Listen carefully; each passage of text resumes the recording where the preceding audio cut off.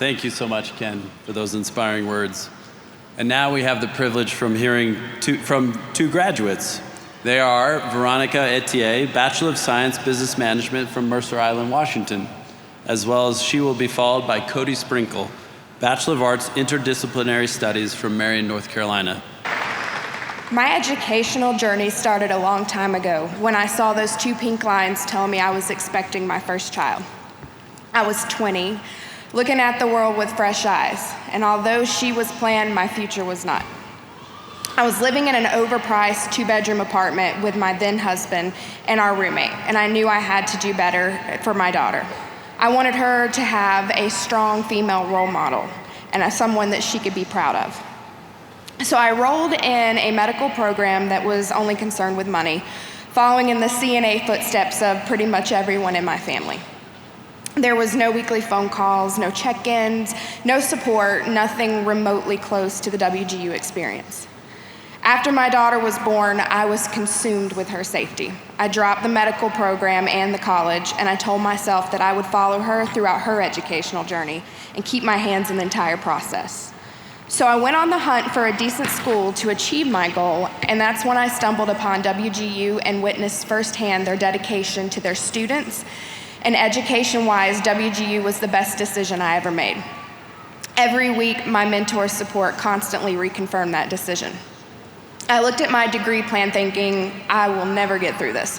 I will never finish this. No one in my family has ever earned a degree. How could I possibly do this? I've never been a quitter, and I've always been headstrong and goal-oriented, and some would even say stubborn.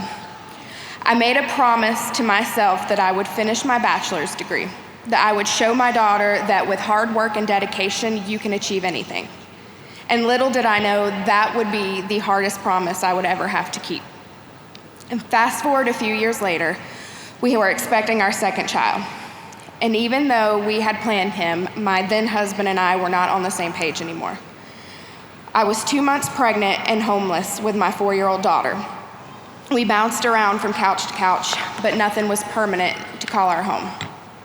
I completed my assignments on my cell phone, testing at families' houses using their Wi-Fi, and the entire time my mentor was there pushing me to succeed. Around 7 months pregnant, I reconnected with an old friend that I had met in grade school. He was my knight in shining armor, and he was a godsend, my biggest cheerleader, supporting me every step of the way. Together, we worked hard to buy our land and put down a down payment on our own home. All of this while maintaining on-time progress. 3 years and 3 kids later, we were expecting our 4th child.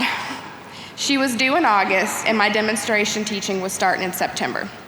The last thing on my to-do list, I had finally made it to the end of the degree plan.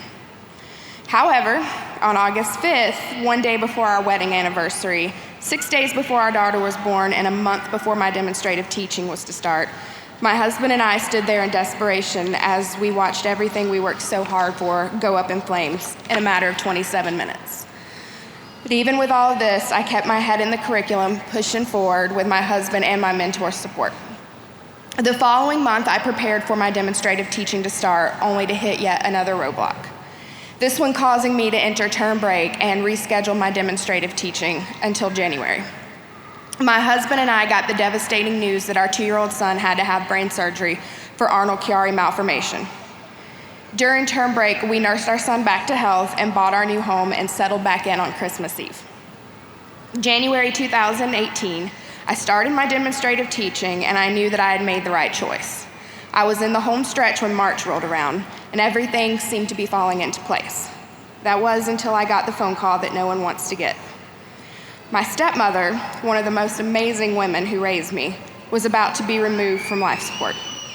Her battle with cancer was over. I held her hand and sang to her, and the next day she passed away. The day after she passed away, I returned to school and found my desk covered in handmade cards. They were all wishing me peace through all of this.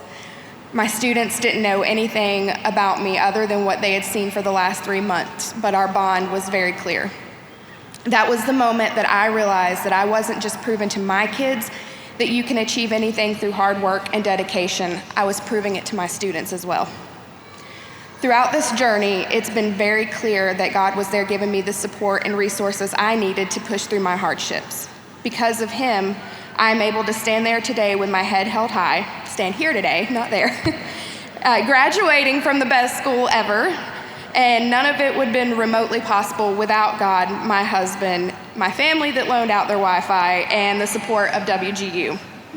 Because of the WG curriculum, I'm able to walk into any school prepared to do my job to the fullest extent. And I'm also able to take on my master's program this month, confident to see it through and achieve yet another goal. And I just wanted to say that every one of y'all should be very proud because this is a very hard accomplishment and we are really freaking awesome. So good job, 2019.